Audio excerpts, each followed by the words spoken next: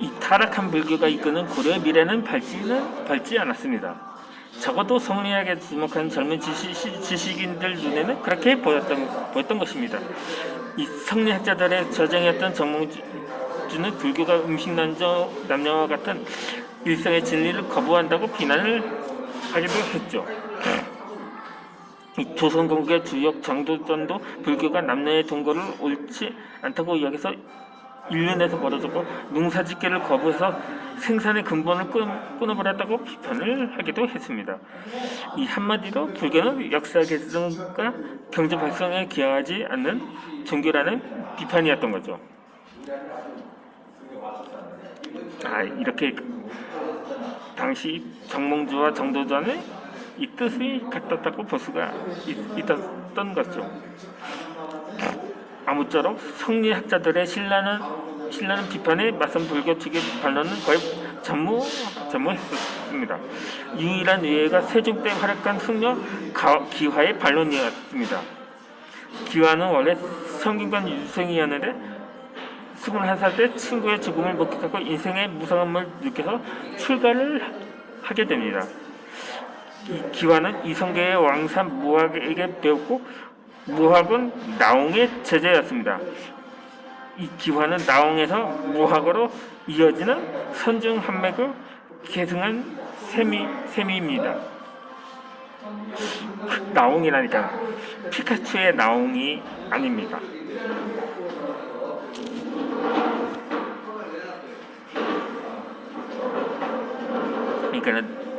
그런데 기화는 세속과 완전히 동떨어진 운동적 구조예산을 추구하진 않았던 거죠.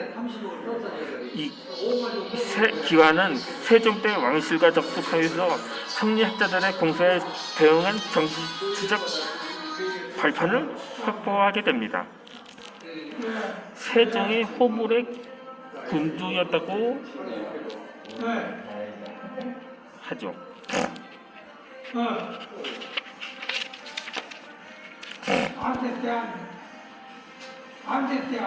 일단 세종은 수왕제 대원에게 부처의 일대기인 석부상절을 가능케 했고 자신이 직접 부처의 공덕을 찬양해 어린 청강지곡을 짓기도 했습니다. 기화가 불교를 옹호하기 위해서 현정론을 집필할 수 있었던 것도 그러한 정치적 배경과 무관하지 않았던 것입니다. 이 헌정이란 파사현정을 줄인 말입니다. 사도를 깨뜨리는 것이야말로 가장 효과적인 정도를 드러내는 길이라는 뜻이었던 거죠. 이 기화는 성리학자들의 불교 비판이 한창 기승을 부리던 시절 선정론을 써서 그들의 비판에 맞서게 됩니다. 핵심적 내용은 불교도 세속적인 발전에 기여할 수 있다는 것입니다. 당시에는 불교의 세속적 효용성을 불교 논리에 짜맞서 입증하는 보유론이었던 거죠. 이 기화는 우선 불교가 무근의 종교라는 비판에 대해 해명을 하기도 합니다. 기화도 충효가 신하와 자식이 지켜야 할 마땅한 도리라는 점을 인정을 합니다. 다만 기화는 불교의 충효는 세속의 충효와는 다르다고 했습니다. 예컨대 부처의 출가는 세속의 관점에선 불효지만 부모를 해탈의 세계로 인도하기 때문에 진정한 안효도가 될 수 있다고 주장을 하는 것입니다. 이 기화는 불교가 나라와 임금에게 충성하지 않는다는 비판에 대해서도 반박을 합니다. 그는 승려들이 향을 피우고 등을 달아 임금과 나라를 위해 수곤하는 것이 불교에서 충성을 실천하는 방식이라고 강변을 했었던 거죠. 다음에 기화는 승려들의 무의도식과 세속적 타락에 대해서도 일침을 가게 됩니다.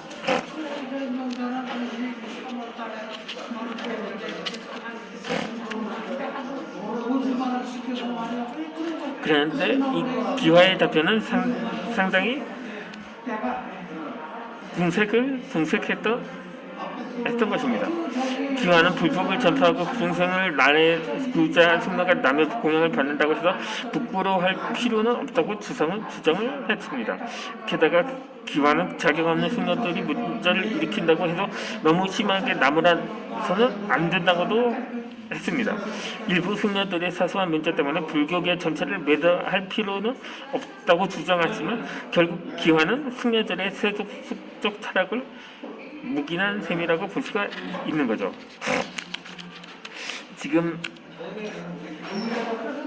지금도 마찬가지입니다. 지금 뭐 이 코로나가 재확산된 게 대부분 기독교 교단에서 초래되었다고 볼 수가 있겠죠. 뭐 지금 초기에 뭐 신천지로 시작해서 뭐 사랑절교회 또 인터컵 최근에 우리 지역이죠. 이 영생교회 승리재단에서 발생한 대규모 집단 감염이 이로 인해서 기독교 전체가 매도당하고 있다는 것에 대해서 물론 이 기독교를 무작정 옹호한다고 시각도 적진 않겠죠. 그렇다고 해서 제가 그러니까 이 라떼는 말입니다. 중고등학교 때 학생 한 명만 잘못하면 전체가 딱 의자 터졌었거든요. 이 단체 기합이 한창 성행했었을 시절이 있었는데 지금 그렇다가는 학교 폭력이라는 이름으로 고발당하기 일수가 되겠죠. 이 마찬가지로 볼 수가 있습니다. 이 기독교 일부 그러니까 예전에 고려 시대 때 뭐 불교 승려들이 타락한 것도 뭐 일부라고 볼 수는 있었겠습니다만 뭐 그렇다고 교계 전체가 매도당하는 것이 한편으로는 억울할 수도 있는데 어떻게 보면 그게 마냥 옳다고 볼 수도 없는 문제가 될 수 있겠죠. 본론을 계속 넘어가도록 하겠습니다. 어쨌든 아무쪼록 이 기와는 성균관 유생 출신이었기 때문에 유학과 불교 경전에 모두 빠삭했다고 합니다. 그래서 그는 유학 경전들을 인용해서 불교와 유학의 근본적인 차이가 없으며 불교 교리에서도 유익함을 마찬가지로 세속적인 효용을 찾을 수 있다고 주장을 하게 됩니다. 이 마테오 리치가 중국에서 천주교를 효과적으로 표현하기 위해서 유학과의 접점을 강조했던 것과 마찬가지 방식이었던 것입니다. 이 현정이 성공하기 위해서는 효과적인 팔사가 중요했습니다. 당시 기계하게 조여진 팔사의 과제는 두 가지였습니다. 이 하나는 유학자들의 비판에 대응하는 것이었고 다른 하나는 불교계 내부의 문제를 지지하는 것이었습니다.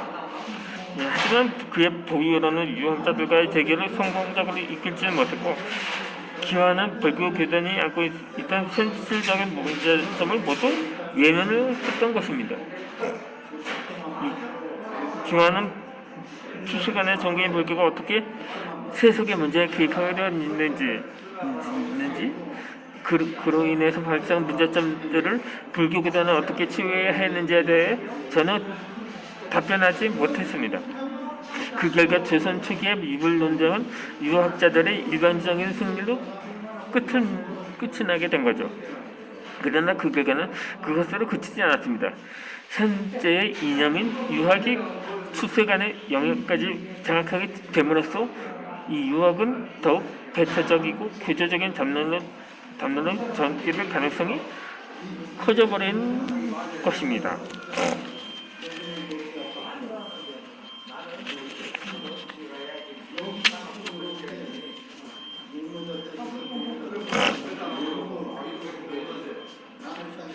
그러니까 결론이 뭐냐고 하면 기와가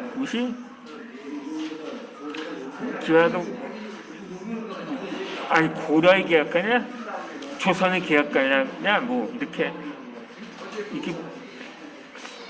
반론을 할 수가 있을 것입니다. 이 썩을 대로 썩은 고려를 멸망의 주도적을 역할을 했다고 볼 수도 있겠죠. 아니, 당시 불교계의 타락을 문감았으니 말입니다. 그렇다고 어떻게 마찬가지로 평가를 낼 수가 있을 것입니다. 이 정도전에 대해서도 아니 정도전이 무슨 개혁가냐 매국노 아니냐 뭐 말할 수가 있을 테죠. 어떻게 보면 이렇게 볼 수가 있습니다. 그렇다면 박정희를 시해한 김재규가 애국자냐 매국노냐 이러한 평가가 불분을 할 수가 있는 것처럼 말입니다. 이를테면 박정희 정권이 박정희가 계속 나라를 이끌어가면 좋겠다고 기대한 사람들에게는 김재규가 매국노로 보였을 테고, 박정희 정권이 빨리 끝났으면 좋겠다고 바랐던 사람들에게는 김재규가 애국자로 비춰졌을 테죠. 마찬가지였을 것입니다. 그러니까 고려를 멸망시키는 데 일조한 정도전이 조선시대를 새로운 왕조를 바랬던 백성들한테는 정도전이 애국자라고 보였을 테고, 고려를 지속시켜야 한다는 주장이 목소리가 컸던 백성들한테는 정도전이 매국노로 보였던 것과 마찬가지였을 테니까요.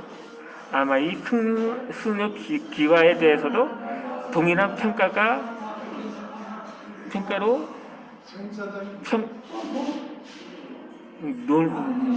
논란이 될 수 있을 것 같습니다. 그거는 아무튼 이제 오늘 다음이 아니고 제가 이어지는, 그러니까 다음 첫 주 월요일 날 제가 영상을 이어서 또 다른 조선의 개혁가에 대해서 설명을 드리도록 하겠습니다. 제5 권수님 주문하신 메뉴가 나왔습니다.